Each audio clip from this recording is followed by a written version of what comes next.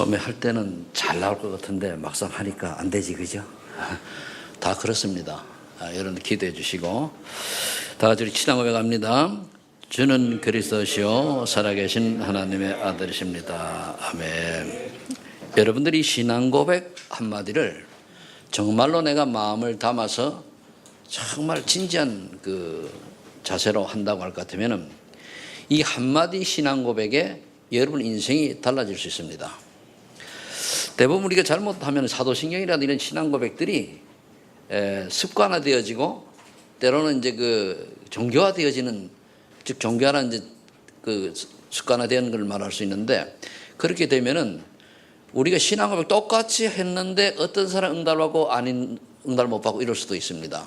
그래서 우리가 말씀을 하거나 신앙 고백할 때에 정말로 그 짧은 수초 시간이지만은 마음을 담고 하는 신앙 고백이 되어지기를 예수 이름으로 축복합니다. 오늘은 인생의 참 가치를 발견한 성도다. 그 사람 이야기인데 바로 이제 브리스 아굴라 부부를 들었습니다. 이 브리스가 아굴라 부부는 그 국제 결혼을 한 사람이죠. 그러다가 남편이 유대인이고 부인이 헬라인입니다. 그런데 이분들이 당시에 로마에 살았다라고 하는 것은 상당히 뭔가 그 수준이 있는 사람들입니다. 그런데 쫓겨났어요. 왜? 남편이 유대인이라고 하는 것 때문에 쫓겨나서 고린도에 왔습니다. 이 고린도에 왔을 때는 처음에는 제가 생각할 때는 굉장히 낙심을 했겠다 싶어요. 보통 여자들이 얘기하듯이 브리스가 그랬을 것 같아요. 내가 말이야 국제 결혼만 안 했어도 말이야 남편만 유대인 아니고 헬라인을 만났더라도 정말 내가 로마에서 잘 먹고 잘 살 텐데, 이건 제 생각입니다. 그런데 그렇게 했을 텐데 거기에서 이제 그래서 그렇게 했는지 모르겠습니다만 바울을 만나게 됩니다. 하나님의 절대 계획이고 주권이죠. 그래서 브리스아글라와 그 아굴라 부부가 고린도에로 내려와야, 쫓겨나서 와야 바울을 만날 수 있는 겁니다. 그때부터 이 부부의 인생은 달라집니다. 그래서 우리 인생은 누구를 만나냐에 따라서 틀려집니다. 물론 만났을 때에 그 답을 얻지 못하는 것은 어쩔 수가 없지만 인생은 만남의 연속이거든요. 어떤 사람은 만남 때문에 인생에 새로운 굉장한 답을 얻는 사람이 있고, 어떤 사람 만남 때문에 인생 완전히 망하기도 하고, 어떤 사람 만남 잘못 때문에 이단에 빠져가 영원히 저주받을 수 있고 그런 거거든요. 그래서 누구와의 만남이 있는 게 중요해요. 근데 오늘 그 브리스 아굴라 부부는 이렇게 만남의 축복을 어느 정도 들었냐. 나중에 바울의 그 동역자요, 또 바울을 위하여 목숨까지 내어놓은 이런 사명자, 로마까지 가서 같이 전도운동한 이런 응답의 주인공이 되었습니다. 바울을 만난 사람이 브리스 아굴라 부부만 있었겠습니까? 많은 사람이 있는데 그 중에 로마 심지어에 보면은 두 번째로 이렇게 이름이 나올 만큼 그렇게 중요한 제자였다. 그럼 저와 여러분이 그 가장 우리 성경에서 모델이 된다고 할 것 같으면 사도행전 속에서 보면은 그 브리스가 아굴라 부부라고 볼 수 있거든요. 그러면은 그 이들이 인생을 살아갔을 때는 그 내면에 뭐가 있었을까요? 히브리서 9장 27절에 보니까 사람이 죽는 건 정하는 것인데 그 뒤에 반드시 심판이 따른다고 그랬습니다. 그럼 저와 여러분들이 이 땅을 떠났을 때 주님 앞에 갔을 때를 한번 생각해 봐야 될 거 아닙니까?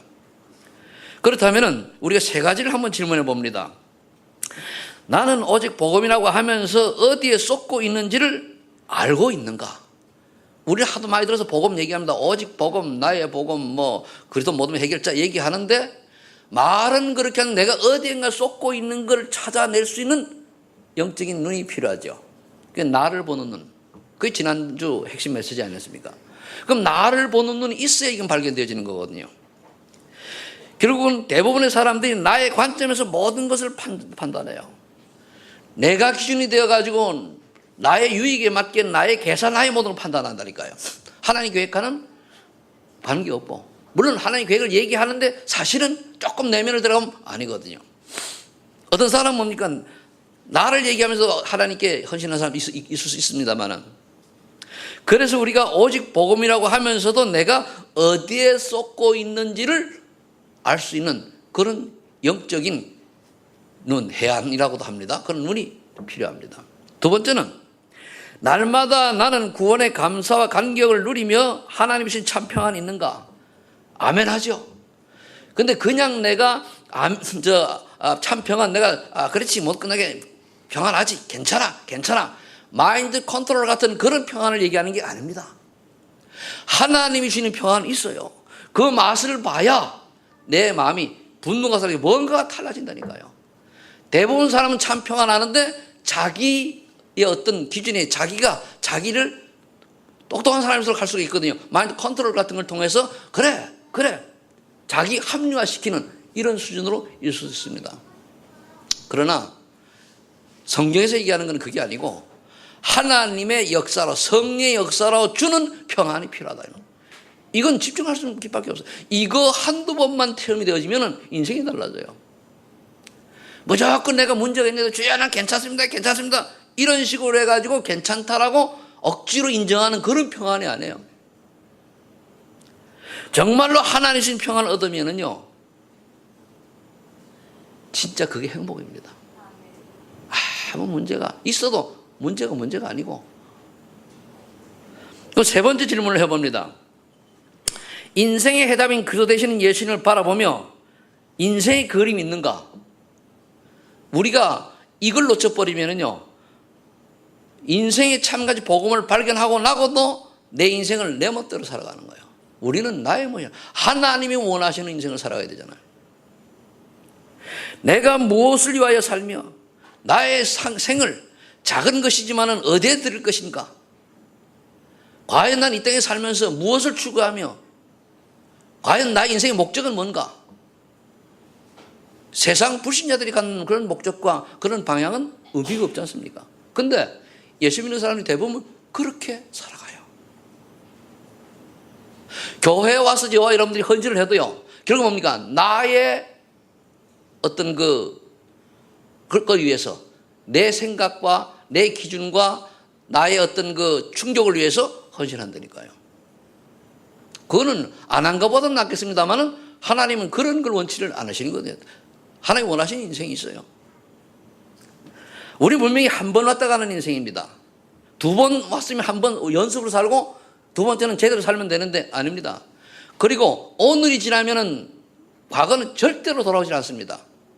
우리는 죽음이라는 걸 놓고 한 말 한 말 다가갈 뿐입니다. 많이 있을 것 같죠? 아닙니다. 그럼 그 남은 인생에 그 다음에 우리가 미래에 제2의 세계, 그걸 우리가 바라보고 인생을 살아야 되는 것이거든요. 지금이 아니에요. 그 모든 건 지금의 과정을 통해서 미래가 오게 되는 거거든요. 그래서 성경에서 첫 번째로 두 종류의 사람들을 좀 분별해 봤습니다. 첫 번째 보니까 창세기 6장에 언약을 붙잡은 노아와 그 언약을 놓친 그세 사람들 보세요. 처음에 살 때는 노아는 110년 동안 그 산 위에서 방주를 지으면서 모진 고생 다 했습니다. 사람들은 조롱했죠. 저 정신 나간 할배 말이야. 미쳤다, 한참 미쳤다. 인생을 왜 저래 살까? 근데 나중에 세월이 지난 후에 어떻게 됐습니까? 홍수가 났을 때는 노아는 홍수 때문에 살고 다른 사람은 홍수 때문에 다 죽었어요. 그 언약을 놓친 자는 언약 때문에 살고, 언약 때문에 놓쳤기 때문에 죽고, 언약을 붙잡은 자는 언약 때문에 사는 거 아닙니까? 그리고 우리가 아브라함과 룻을 한번 보세요. 아브라함의 조카가 룻이에요. 둘 다 믿는 사람이에요. 그런데 갈대를 떠나가지고 아브라함은 어느 날 하나님의 계획을 발견하고 하나님의 참 은혜를 받았어요. 그래 인생이 뭔지를 한마디로 찾은 거예요. 하나님 절대 능력을 인정한 거죠. 그런데 룻은 반대였습니다. 눈에 보이는 좋은 것을 쫓아가고 언약과는 관계없이 눈에 보이는 좋은 것을 쫓아갔는데 결국은 소돔 고모라 멸망하는 땅을 가게 됐습니다. 그래서 결국은 비참한 최후를 맞이하게 되죠. 그럼 여러분들이 아브라함 같은 인생을 살아야 됩니까? 룻 같은 인생을 살고 싶습니까? 그럼 여러분들이 오늘 말씀을 들으면서 진짜 답을 얻어야 돼요. 많은 사람들이 얘기는 많이 듣는데 결정할 때 정말로 내가 좋은 것을 쫓아가요. 그 서로를 여러분 잘 생각해 보셔야 된다니까요. 그리고 언약을 붙잡은 이삭과 언약 밖에 이스마엘이 있습니다. 이삭은 언약 안에서 태어나지만 이스마엘은 언약 밖에서 태어난 거예요. 물론 아브라함의 자녀인데 하나님이 약속하지 않은 자녀예요. 그러다 보니까 어떤 결과가 왔습니까? 그 이스마엘의 후손 때문에 중동의 불화가 지금까지도 이어지고 오고요. 그것 때문에 지금 저 모슬렘의 시작이 된 거나 마찬가지잖아요. 그러면은 한 사람의 불신앙과 한 사람의 언약을 놓친 그 작은 결과가 후대간 큰 결과를 가져오는 거예요. 저와 여러분이 언약 안에 있느냐 언약 밖에 있느냐 예수 믿고 안 믿고를 얘기하는 게 아닙니다. 구원받고 안 받고를 제가 얘기하는 게 아니에요. 그 언약 밖에 있느냐 언약 안에 따라 가지고 나중에 세월이 간 다음에 30년 아니 100년 뒤에 몇 대 뒤에 가서는 엄청난 결과를 가져온다는 사실을 저와 여러분들이 알고 지금부터 오늘을 언약 안에서 사시기를 예수를 축복합니다. 똑같은 이삭의 쌍둥이인데 야곱과 에서를 보세요. 언약을 붙잡은 야곱과 언약을 놓친 에서. 물론 사람으로 볼 때는요 에서가 훨씬 멋있어요. 남자답고. 근데 야곱은 뭡니까? 좀 말도 많고 좀 뭔가 이렇게 좀 이기적이고 그래요. 그러나 하나님은 그게 중요한 게 아니고 언약을 붙잡았느냐 언약을 놓쳤냐거든요. 에서는 언약을 놓친 자요, 야곱은 언약을 붙잡은 자요. 여러분들이 지금 똑같이 우리가 저도 마찬가지 예배를 드립니다. 내가 언약 안에 있느냐 언약 밖에 있느냐 냉정히 생각해 보시고 봐야 돼요. 구원 받아놓고도 우리가 언약을 놓치고 나의 동기와 나의 욕심과 나의 야망으로 달려갈 수 있습니다. 그건 언약 밖의 사람이 되어버리는 거예요. 언약을 놓친 사람이 되는 거예요. 언약 밖이라면 언약을 놓친 사람이 되는 거죠.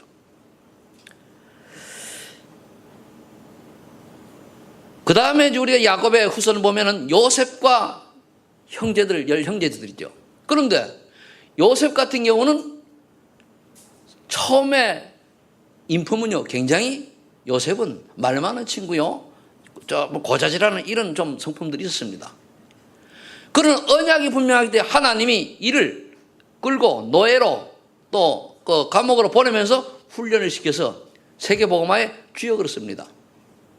그러나 언약을 놓친 요셉 형들은 늘 어떻게 하면 내가 육신적인 것, 무엇을 먹을까, 무엇을 마실까, 무엇을 입을까, 이 땅에 내가 어떤 명예와 어떤 성공을 하며 살 것인가, 이 땅에 내가 나의 가진 어떤 상세히 6장의 물질과 또는 10장의 명예 이런 것을 중심으로 살았단 말입니다. 그런데 세월이 간 다음에 어떻게 됐습니까? 이 언약을 놓쳤던 형들은 요셉에게 결국은 무릎 꿇고 절을 해야 되는 그런 어떻게 비참함이 오게 됩니다. 우리도 똑같아요. 내가 언약을 놓쳤느냐 언약을 붙잡았느냐에 따라서 후대에 또는 나중에 우리가 죽기 전이라도 정말로 하나님 보시기에 인정받는 요셉 같은 쓰임받는 사람이 되느냐 아니면 형들 같은 정말 창피한 인생이 되느냐 딸려있는 거예요. 언약 안에 있는 언약 붙잡는 여러분 되시기를 예수님을 축복합니다. 그 다음에 우리 초대교회를 보면은 언약을 붙잡은 초대교회 120명 때문에 지금 우리가 예수 이야기하면서 예배드릴 수 있는 거예요. 근데 당시에 바리새인 아주 젊은 유대인 이 사람들은요 초대교회를 핍박했어요. 그들이 흥할 줄 알았죠. 그들은 지금 세계를 아주 사단의 소굴로 끌고 가는 프리메이슨이라든가 또는 이런 것들과 결탁해서 세계를 조용히 무너뜨리고 있어요. 여러분 지금 항상 우리가 생각해야 될 게요. 이 세상은요, 지구는 사단의 나라와 하나님의 나라가 공존하고 있습니다. 그런데 사단의 나라가 힘이 더 막강해요. 모든 경제 이런 거 가지고. 그럼 하나님은 그런 거 싸우질 않아요. 정말로 이런 악조건의 환경 속에서 복음의 능력으로 하나둘 조용히 하나님께 예비된 구원 주시 작정된 자, 숙련 제자를 찾아가지고 하나님이 원하시는 하나님 나라를 이루어 가시길 원하시는 겁니다. 그럼 우리가 그 속에 들어가야 되는 거예요. 그럼 여러분들이 한 번 왔다 간 인생인데 과연 나는 복음 전한 복음된 생명근 제자기를 가야 되느냐? 한 번 왔다 가는 인생인데 어떻게 하면 무엇을 먹을까, 무엇을 마실까, 무엇을 입을까 이런 인생을 살아갈 것이냐 생각해 봐야 되잖아요. 하나님은 우리에게 무엇을 원하신다고 생각하십니까? 그래서 세상에 세월이 흐르는데 초대교회가 승리했습니까? 바리새인 유대인이 승리했습니까? 초대교회가 승리했지 않습니까? 하나님의 붙잡힌 사람들은요, 세상이 감당하지 못하고 세상이 능히 대적할 수가 없습니다. 가만히 있는데도. 여러분들이 그런 사람이 되기를 예수를 축복합니다. 그러다 보니까 이 시대에 꼭 내려오는 게 하나가 있어요. 언약을 붙잡은 이유 때문에 누명 쓴 이단, 진짜 참 이단 있습니다. 근데 많은 사람들은 누명 쓴 이단을 보고 손가락질해요. 그 세월이 흘러서는 어떻게 됐습니까? 누명 쓴 이단에 의해 가지고 세계가 또 한 번 뒤집어집니다. 복음줄이 바뀌어지는 거예요. 그래서 여러분들은 축복받은 사람들입니다. 그걸 아시나 모르겠어. 깨닫나 모르겠어요. 또 세월이 가면 또 많은 사람들이 얘기하죠. 우리들은 저렇쿵. 저는 앞으로 제가 볼 때에 하나님은 이제 우리 1세대가 지나가면은 2세대 렘넌트를 통해서 전 세계에 조용히 파고 들어갈 겁니다. 1세대들이 우왕좌왕하고 자기의 유익에 따라가서 복음 하면서도 섞인 복음 가지고 그렇게 하나 그들을 통해서 많은 제자가 세워졌습니다. 저는 그래요. 앞으로 어떠한 일이 있다 할지라도 하나님께서는 이 시대에 우리 다락방 전도운동을 통해서 마지막 세계 복음화를 하실 거라고 저는 믿고 있습니다. 여기에 되어 있어요. 여기에 끝까지 올인해서 원내스로 끝까지 가느냐, 아니면 적당히 시대를 따라가지고 또 장로교가 통합 합동층 나눠듯이 이런 식으로 갈라지느냐, 그거는 하나님이 아시고 아시겠지, 그죠? 저는 그래요. 나를 아는 우리 교회 렘넌트들 주님 앞에 가시는 그날까지 일편단심 언약 속에 있기를 바라고요. 절대로 이 시스템 속에 벗어나지 말라고 저는 강조하고 싶습니다. 그래서 앞으로는 렘넌트를 키울 겁니다. 아무리 봐도 흩어서 나가면 뭡니까? 원점으로 돌아가요. 별별 없어요. 아무리 봐도요. 그래서 저와 여러분들이 자녀들을 지금부터 어떻게 키워야 되는가, 언약을 분명히 전달하는 여러분들 되시길 축복합니다. 자, 그렇다면 우리가 두 번째로는 참 가치의 내용을 알아야 되겠는데, 즉 복음의 가치를 아는 거예요. 그럼 참 가치의 내용이 뭔데 브리스 아골라가 이걸 발견하고 이렇게 쓰임받았는가? 우리는 첫 번째로 하나님의 창조 원리를 인정해야 됩니다. 인정이보다 우리가 인정한다고 되겠습니까? 진짜 믿어야 돼요. 우리 말씀은요, 하나님은 믿음의 대상이지 연구의 대상이 아닙니다. 말씀은 믿음의 우리 대상이지 그 말씀을 우리가 쪼개고 나에게 맞게 재해석하는 게 아닙니다. 말씀은 그냥 믿어야 돼요. 믿기를 예수를 축복합니다. 그 믿음을 가진 사람을 보고 언약 안에 있는 사람이라는 거예요. 창세기 1장 1절에 보니까 하나님이 태초에 천지를 창조하시니라 그랬어요. 그럼 하나님이 천지 창조하신 거예요. 그럼 믿으면 돼요. 그럼 성경에 그런 있으면 믿으면 되는데, 제 선교제가 아주 어느 분하고 얘기를 하다 보니까 이분이 하는 얘기가 창세기 이거를 사실들 안 믿는 걸 딱 나와요. 그러고 나니까 제가 목사만 하면 한 대 쥐 받고 싶은데 목사라서 그러지는 못하겠고 참 곤란하잖아요. 그런데 보니까 2절에 보니까 하나님 그 창조하시는 보니까 당신이 뭡니까? 흑암, 혼돈, 공허가 있다고 그랬어요. 무질서한 거죠. 여러분들이 지금도 똑같습니다. 하나님의 이 언약을 놓쳐버리면은 분명히 뭡니까? 혼돈하고 공허하고 그래요. 흑암에 잡혀버리면은요. 구원 받아놓고도 사단에게 딱 잡히면은 뭔가 마음이 굉장히 공허해요. 다 공허하고 뭔가 허무하고 뭔가 질서가 안 잡히고 이랬다 저랬다 왔다 갔다 갈팡질팡 그러게 돼요. 그러나 우리가 언약을 딱 잡으면 어떻게 됩니까? 뭔가가 규모가 있고 질서가 잡히는 거예요. 오늘 렘넌트들이 언약 안에 있으면요, 솔직히 말씀드려서 공부 못해도 인생 성공합니다. 아시겠습니까? 그 하나님 능력 그걸 체험해야 돼요. 공부 잘하면 좋겠지만은 못해도 관계없어요. 근데 보세요. 언약 놓쳤지요. 머리 안 좋지. 공부 안 하지. 맨날 놀기만 하지. 그러니까 세상이 어떻게 돼요? 복지 대상자 날 수급 대상자 돼요. 그런 하나님의 사람이 되면 안 되잖아요. 그래서 예수 믿는 사람은 뭐만 하면 됩니까? 오직 믿음으로 말미암아 살아가야 되는 거예요. 믿음이 없이는 하나님을 기쁘시게 못한다 그랬거든요. 뭘 믿느냐? 하나님의 절대 주권 인정하고 그렇게 모든 문제 해결자 믿고 성령께서 나와 함께 사는 믿으면 되는 거예요. 성삼위 하나님을 믿으면 되는 거거든요.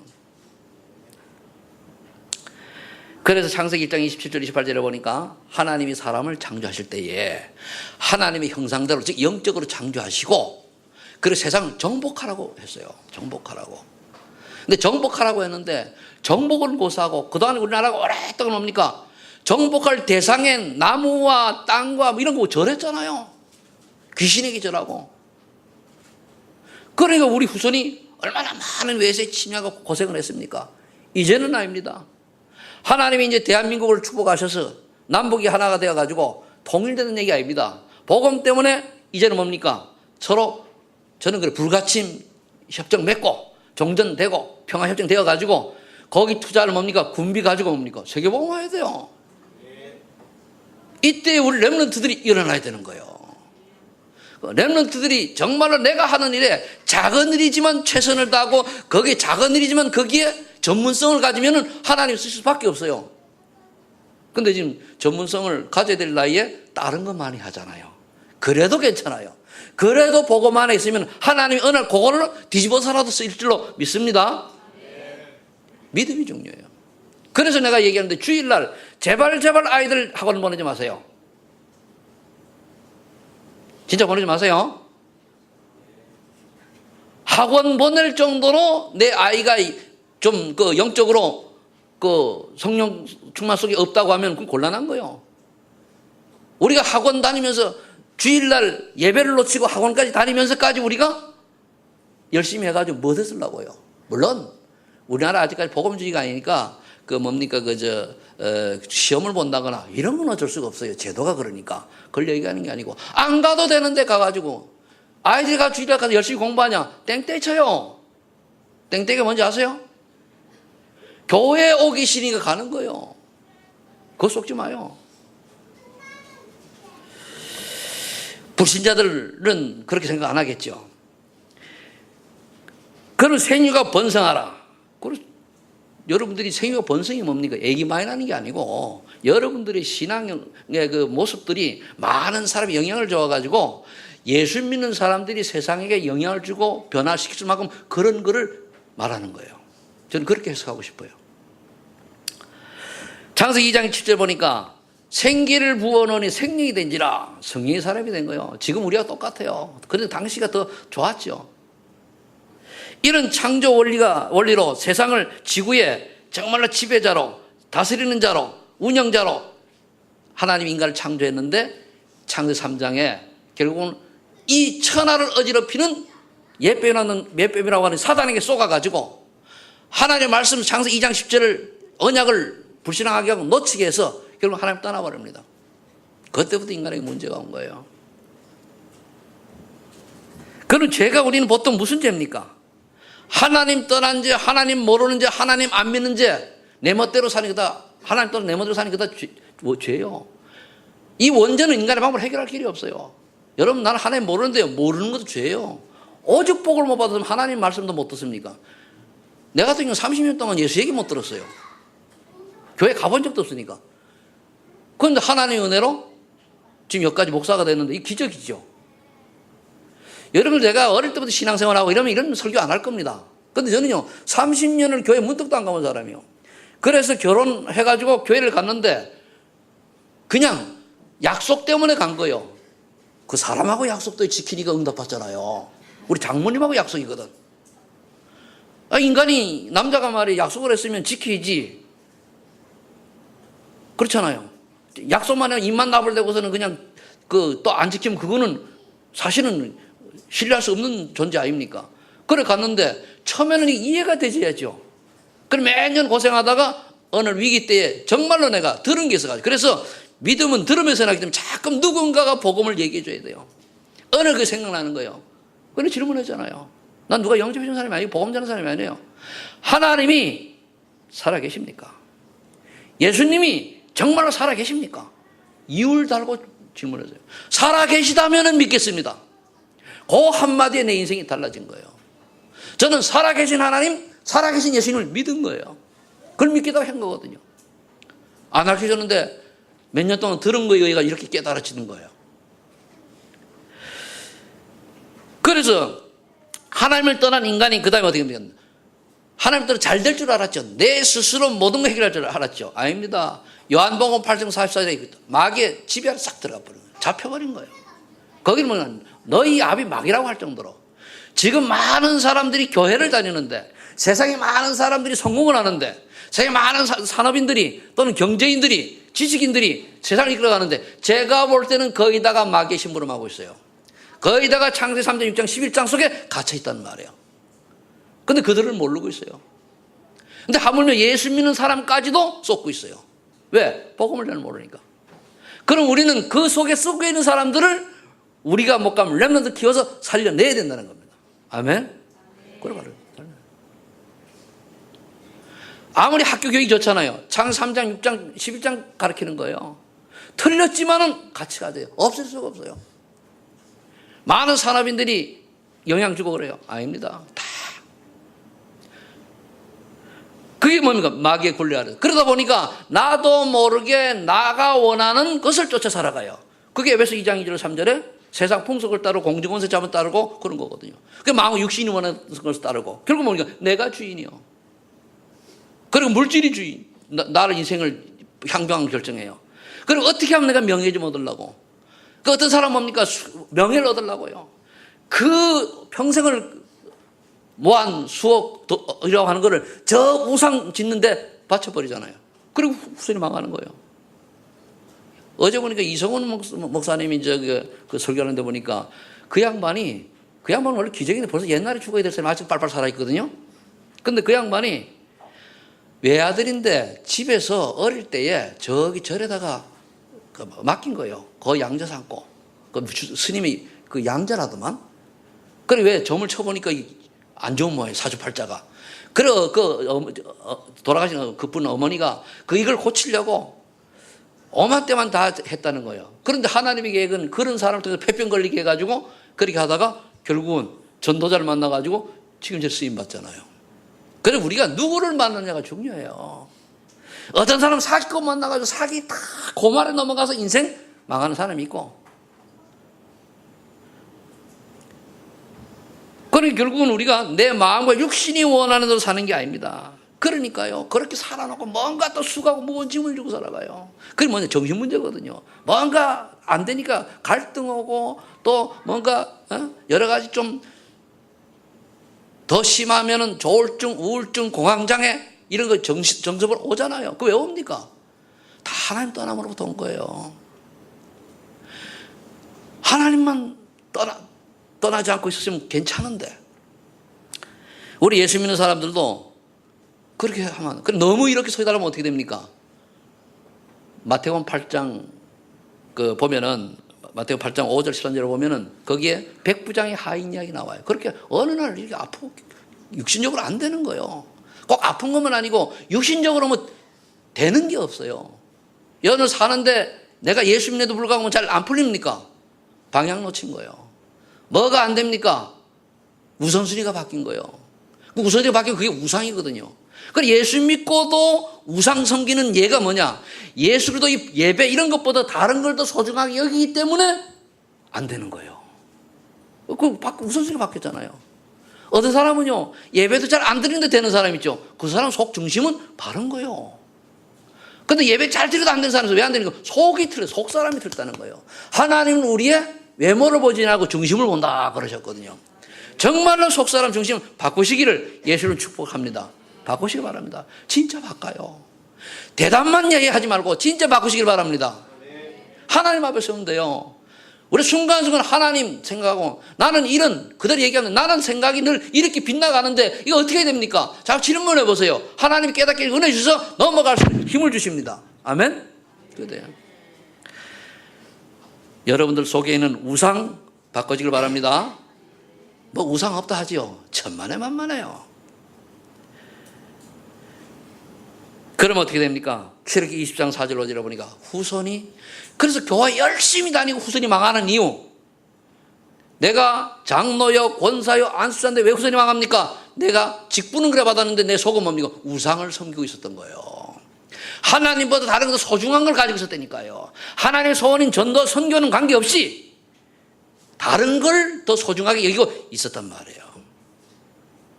그러니까 사업 실패하면은 교회핑에도 안 나오는 사람 있잖아요. 밖에 다른 교회는요. 그럴수록 더 나와서 매달려야 되는데. 그리고 그렇게 살다가 누가복음 16장 19절 24절에 보니까 미래는 뭡니까? 천국 가면 지옥으로 가요. 그때 만약 구원 받아놓고도 천국 간다고 하면 얼마나 부끄럽겠습니까? 그래도 가기만 하면 좋지만은 글쎄요. 제 생각에는 그렇게 산다면 못 갈지도 몰라요. 우리가 진짜 복음 깨달았다는 것은, 진짜 복음이 나의 복음이 됐다는 것은 내 생각과 내 뜻이 아니고 어떤 상황이 오더라도 하나님의 절대 주권과 하나님의 계획을로 인정하고 거기에 뭡니까? 순응하는 순응. 따라가는 거예요. 그러면은 바뀌어지게 돼 있어요. 근데 문제는 요게 사단이 속삭이는 음성이냐 성령께서 역사하시는 거냐 요거를 분별할 수 있는 눈이 필요한 거죠. 이게 하나님의 은혜예요. 자, 그렇다면은 여기에 대한 유일한 해결책을 그리스도인데 이 세 가지 하나님의 창조 원리와 인간의 사건의 시작과 결말 그리고 유일한 해결의 그리스도를 제대로 아는 것을 보고 참 가치를 발견했다. 복음의 가치를 발견했다고 하는 겁니다. 여러분 계속 듣지만은 잘 안 믿잖아요. 솔직히 얘기해서. 진짜 믿으면 여러분들이 그렇게 인생 살아가고 그렇게 생각하고 그렇게 결단합니까? 안 믿으니까 알고는 이제 진짜 안 믿으니까 나오는 말이랑 나오는 행동이랑 이런 것들은 엉뚱하게 빗나가는 거예요. 왜 그렇습니까? 그게 안 믿어진 거예요. 그래서 얘기했잖아요. 예수님이 나무를 보고 나무 열매를 보고 안다는 거예요. 그럼 사과나무에 사과 열매, 배나무에 배나무, 감나무에 감 열리지 배나무에 사과 열립니까? 요직을 하기면 적부지기라 됩니다만은 원래 정상적인 건 그렇지 않잖아요. 그래서 그 사람의 열매를 보고 하는 행동을 보고 모습을 보면은 그 사람이 알 수 있는 거예요. 자, 예수님께서 이 땅에 그리스도로 오셨는데 이미 인간이 하나님을 떠난 바로 직후에 하나님은 말씀부터 예언하셨어요. 창세기 3장 15절에 여자의 후손이 뱀의 머리를 상해할 것이다. 지금 3장 18절에 사흘 길을 나가 희생제사를 드려라. 피 언약. 여자의 후손 언약. 이사야 10장 14절에 동정녀 처녀가 잉태 아들 낳으니 그 이름 임마누엘이라. 여기서 또 우리가 처녀를 잘 이해해야 되는데 처녀가 천주교 성경에는 여자가 그랬거든요. 그럼 여자가 낳은 아들이 입만 되면 나도 그리스도요. 나도 여자가 우리 엄마가 낳았거든요. 우리 엄마 여자거든요. 우리 아버지가 안 낳았단 말이에요. 근데 그게 아니고 처녀가 그 속에는 뭡니까? 남자를 전혀 알지 못하는 처녀 동령녀라고 그러죠. 잉태 아들을 낳으니 그럼 뭡니까? 여자 혼자 잉태가 났다는 거예요. 하나님의 역사, 성령 역사죠. 이렇게 예언을 했는데 이 예언을 이루기 위해서 하나님은 요한복음 1장 14절에 성육신 하셨어요. 말씀이 육신이 되어 우리 가운데 거하시며 은혜와 진리가 충만하더라. 말씀이셨던 예수님이 말씀이셨던 그리스도께서 육신이 되어 우리 가운데 거하시며 은혜와 진리 충만한 거예요. 말씀이신 그리스도께서 우리와 함께 하시니까 성령 함께 하시니까 우리가 뭡니까? 모든 문제가 안 되는 거예요. 이 복음을 여러분들이 제대로 알아야 돼요. 어느 분이 굉장히 똑똑한 분인데 교회 다니던 분이라는 말이에요. 이 복음을 듣더니 야, 그동안에 내가 잘못 믿었네 그러더라는 거예요. 쏘갔네. 여러분 아직도 제가 하는 얘기가 기존교회는 똑같네 설교가 이래 들었다라고 하면은요 오산입니다. 어제 제가 결혼식에 갔다 왔는데요. 규례를 하는 사람이 CCC에 하는 사역하는 그 목사 같아요. 우리 이제 옛날에 신학교 동기가 며느리를 본다고 그래서 형님 좀 꼭 오십시오 해가지고 우리 동기들은 나보다 형님이라고 해. 난 지들 보고 형님 부르지 말라고 그러는데 그래 갔단 말이에요. 가니까 동기들 여러 명 왔어요. 딱 보니까 설교를 하는데요. 가만히 들어보니 다 나요. 거기 한마디 네가 부부가 결혼해서 정말 아이를 낳을 때 정말 전도와 선교를 위해서 이리 살라는 게 아니고 잘 살고 야, 그게 무슨 결혼식장에 해야 될 신부에게는 메시지입니까? 우리 잘 살라고 예수 믿습니까? 아니잖아요. 더 나아가 잘 살라고 태어났습니까? 아니요. 내가 예수 복음 몰랐을 때는요, 어느 날 보니까요, 이 복음 모르고 나니까 잘 살면 뭐하고 죽음 앞에 딱 생각해. 잘 살면 뭐하고 돈 벌면 뭐하고 명예 올라가면 뭐하고 많이 가지면 뭐하고 친구고 친척이고 자녀고 와이프 아무 문제 아무 적이 없어요. 필요가 없어요. 내가 죽으면 끝인데. 그런데 하나님은 왜 나를 이 땅에 보내셨냐 이거요. 그러니까 하나님이 이거 조물주가 있다면은 왜 조물주가 나를 이 땅에 보내 이유를 좀 알게 해달라. 이유를 안 알려줘요. 예수 믿고 나니까 답 잤었잖아요. 예수 믿고 답이 딱 나와요. 그래. 내가 이렇게 방황하다가 예수 믿고 뭡니까? 나처럼 방황하는 인간들에게 예수만 유일한 구원자, 그분만이 참신이 하나님이라는 걸 말하라고 내 인생을 30년 넘게 그렇게 살게 하셨구나. 그러니까 저는 이게 분명하다 보니까 제 메시지가 좀 센 편이에요. 왜? 말을 안 하면 안 되겠거든요. 근데 못 알아듣니 자꾸 세게 나가요. 셉니까?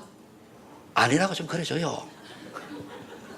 그러니까 그건 제 마음이거든요. 제가 이제 속마음이잖아요.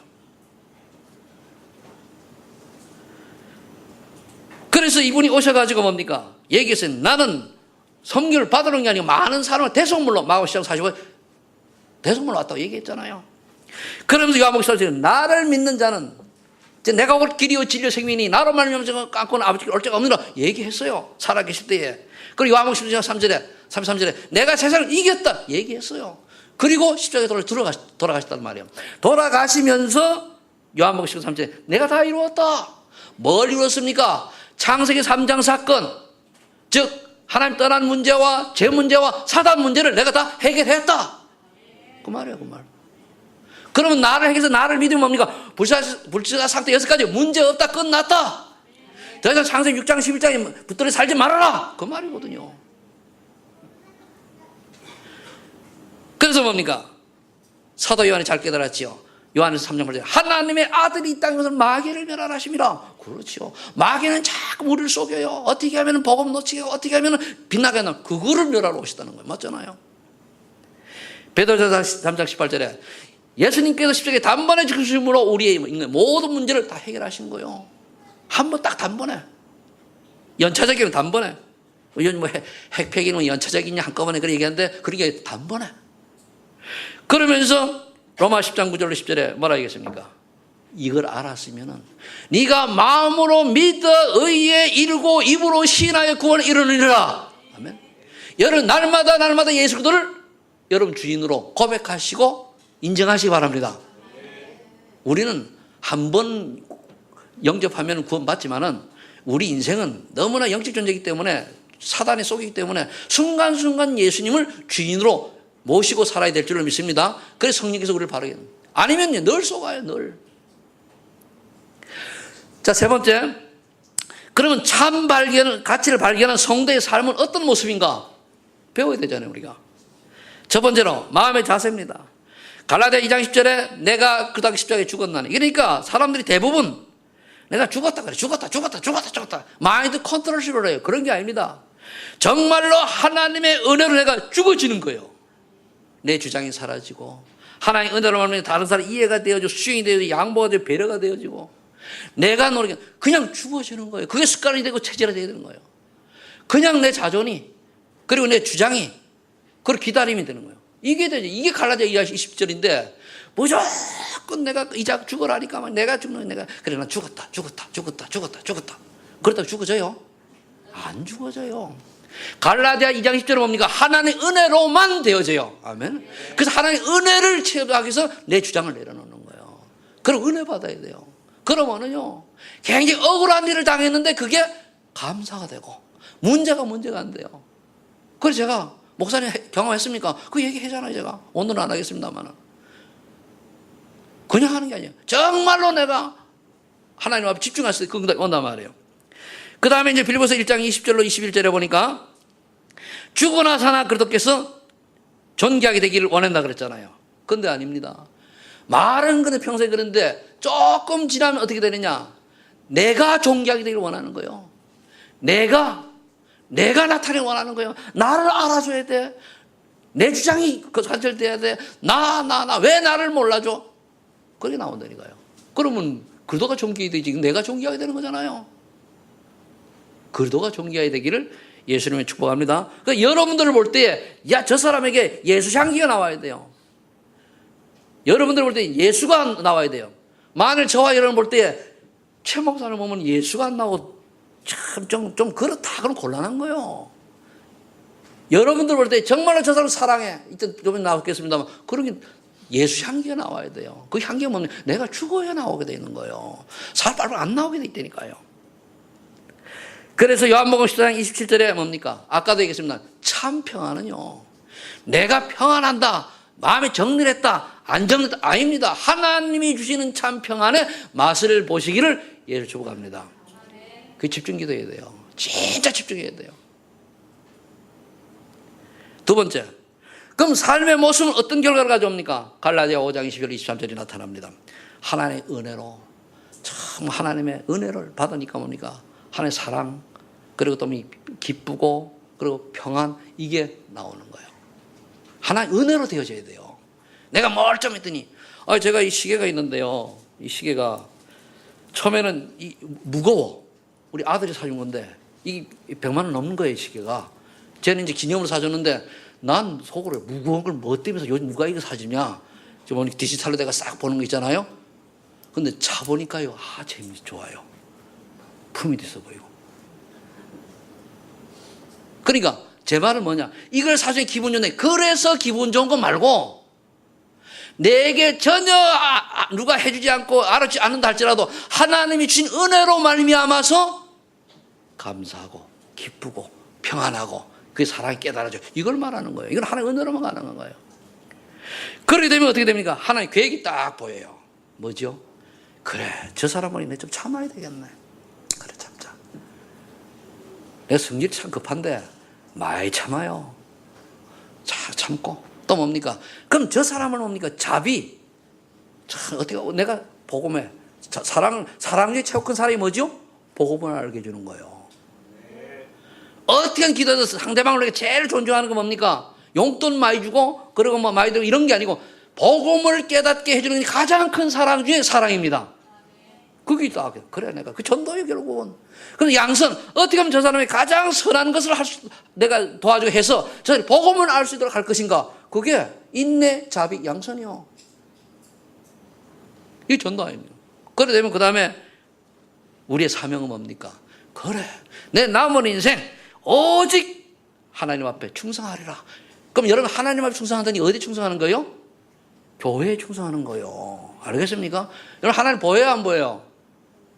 하나님 충성을 어떻게 하랍니까? 하나님께 충성하는 방법은 교회에 여러분들이 맡은 바, 직분과 맡은 바가 그걸 가지고, 그걸 뭡니까? 진실하고 열심히 하라는 얘기 아닙니다. 진실하고 마음가짐을 바르게 해서 최선을 다하는 거예요. 그게 그 충성이요. 아멘? 하나님 충성하시기 바랍니다. 교회 일이라면 뭡니까? 남의 일 같지 않고 내 일처럼 앞장서가지고 참 이렇게 하고, 그게 충성이라니까요. 좀 골치 아픈 일 있으면 뒤로 머리차고 도망가고, 쉬운 건 내가 나서고 하기 좋은 거는 그게 아니고요. 어떤 사람 진짜 충성은 뭡니까? 아주 어려운 일 문제 있으면 조용히 해가지고 하잖아요. 하나님은 그런 사람을 조용히 보고 계셔요. 잔머리꾼을 하나님이 축복하신 게 아니고 진짜 심지가 곧은 사람을 하나님 찾는 거예요. 그 다음에 이제 온유지요. 온유 뭡니까? 말 그대로 따뜻하고 부드러운 사람이요. 무슨 이 사건을 뭡니까? 교회 이럴 때 사건 생기면 뭡니까? 부드럽게, 따뜻하게 잘 받아들이는 거예요. 스포츠처럼. 그런 여러분 되시길 바랍니다.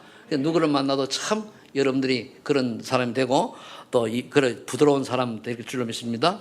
그 잘 하나님의 뜻에 환경과 이런 어려움에 잘 순응하는 사람이 온유한 사람이죠. 그 다음에 마지막으로 뭡니까? 절제할 수 있어야 돼요. 거의 추억 다 받으면 절제를 못 해가지고 다 뒤집어 엎는 거예요. 기꺼이 해놓고 마지막 봐가지고 절제 내 맛대로 한 마디 탁 던져가지고 뒤집어 놓고 일 저질러 놓고 거짓말 끝까지 절제하셨어요. 그래서 절제 중에 이 절제가 성령의 9가지 열매 중에 사랑과 절제를 앞에 놓고 끝에 놓은 게 제일 중요하기 때문에 그러는 거예요. 절제해야 돼요. 내가 하고 싶어도 저 사람에게 좀 갈등을 가져줄 거면 하지 말아야 돼요. 절제입니다. 내가 정말로 죽을 지경인데 저 사람에게 유익이 된다면 내가 죽을 지경으로 가고 양보해야 돼요. 근데 그게 안 되잖아요. 그러니까 여러분들이 이제 오후 예배에 나오겠습니다만은 그 여러분들이 정말로 이런 부분들 조금만 신경 써야 되겠죠. 자, 그러면 이제 그 다음에 세 번째가 신분 권세를 이제 누리는 것이 돼요. 이게 성도의 삶입니다. 신분 권세 다른 거 아닙니다. 내가 하나님의 자녀요. 그렇기 때문에 성령께서 내 주인도 역사하는 하나님 믿는 거요. 성령 내 주인도 역사 진짜 믿는 거요. 그래 되면 또 뭡니까? 권세 믿는 거요. 하나님께서 나를 보호하시게 천군 천사를 파송하시고 내가 가는 곳마다 그 곳에 무너지고 내 배경 천국 시민권 가졌다는 것을 믿는 거예요. 일과 신분을 믿는 거예요. 그래 놓고 이 6가지 신분을 가지고 뭐 해야 돼요? 사명 감당해야 돼요. 뭐 해야 됩니까? 마태복음 28장 16, 20절. 모든 족속 237개 나라 내다보고 여러분들이 기도해야 돼요. 가든 안 가든. 그래서 사도행전 8절 땅 끝까지 디모데후서 2장 1절로 7절 충성된 자 제자를 키우는 거예요. 이것이 여러분들의 삶의 근본이 되고 이것이 바탕이 되어야 되는 겁니다. 자, 그러면은 이렇게 조금만 이렇게 하면은 저와 여러분 참 가치 내용을 발견하고 참 가치 발견하는 성도의 삶을 마음의 자세, 삶의 모습, 신분권을 누리는 삶이 되어지면은 반드시 이런 사람들에게는 언약 잡을 때 오는 응답이 있어요. 반드시 오는 응답이 있어요. 반드시 응답이 온다. 그게 뭐냐? 사도행전 2장 42절로 47절 말씀이 응답이 와요. 뭐죠? 강단 말씀이 나와 맞아떨어져요. 그래서 뭡니까? 모이면 기도하고 흩어지면 전도하고. 그러니까 삶 자체가 자연스럽게 되는 거예요. 이렇게 노력하는 게 아니고. 그럼 그 다음에 오늘 두 번째 응답이 있어요. 사도행 11장 19절 30절에 보니까 선교와 빛의 경제 축복의 대열성이 딱 터져요. 선교와 내가 어느 날 선교 쓰임 받을 뿐 아니라 그걸 할 수 없는 빛의 경제를 하나님 딱 줘요.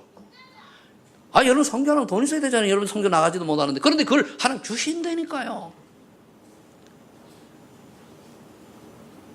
그리고 여러분들이 이 응답 속으로 받아가면은 아무리 우리 선교할 수 있고 아무리 헌신하고 싶어도 내가 없으면 못하는 거 아닙니까? 근데 이런 순진 선교 경축을 주신다니까요.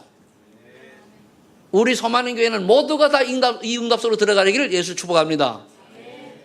여러분들 우리 주변에 여러분 또 이런 응답 받고 있는 사람이 누군가 좀 보시고 같이 응답 받으시기 바랍니다. 세 번째 오는 응답이 뭐냐면은 오늘 브리스길라 아골라 같은 응답이 와요. 그래, 어느 날 보니까 만남의 축복이 이루어져가지고 나중에 어떤 응답까지 왔습니까? 아볼로 목사를 팀사역해서 그들이 옛날에 마가다라방에서 일어났던 성 역사를 간증하고 포럼할 수 있는 이런 응답을 받았잖아요. 여러분들이 이제 어느 중요한 사람들에게 내가 만난 그리스도 하나님이 내게 주신 전도의 축복 이런 것을 말할 수 있는 기회가 온단 말이에요. 아볼로는 목사입니다. 지금 말하면 여러분들이 중직자들이 평신도들이 그걸 할 수 있다 하게 된다니까요. 그래서 저와 여러분들이 이런 역사 속에 여러분들의 인생이 드려지기를 예수를 축복합니다. 그 비밀이 뭐냐? 인생의 참 가치를 발견한 자들에게 오는 거예요. 이걸 언약으로 잡으면 오게 되십니다. 여러분 알고 있지 말고 믿으면은 그 다음에 거기 따라오는 뭡니까? 내가 할 게 있어요. 그거를 대부분 쏟는데 내가 할 거 그걸 놓치면 안 돼요. 매일매일 작은 일에 오늘의 내가 할 걸 찾아가지고 오늘의 내가 즉 전도의 삶이 되어지면은 하나님은 여러분들 어느 날 브리스 아골라 같은 이런 전도자의 대열에 서게 하실 줄로 믿습니다. 이미 여러분들이 여기 와 있기 때문에 그 대열에 섰습니다. 얼마나 응답 받냐 못 받냐 그거지. 그래서 멋있는 인생 사시다가 주님 앞에 갔을 때 주님이 벌떡 일어나서 오 사랑하는 내 종아 어서 오너라 이런 응답 받으시기를 축복합니다. 기도합니다. 하나님 감사합니다. 인생의 참 가치를 발견한 하나님의 사람들이 이곳에 모였습니다. 이제 이들이 이제 참 가치의 내용을 다시 한번 확인하고 참 가치를 발견한 자들답게 전도의 삶이 되어지고 또 이들에게 오는 응답을 누리는 가장 멋있는 전도자의 삶이 되게 하여 주옵소서. 그 이들을 통해서 아버지 하나님 237개 나라의 제자 세우는 일에 작은 부분이라도 쓰임받는 주인공들 되게 하옵소서. 예수님의 이름으로 기도하옵나이다.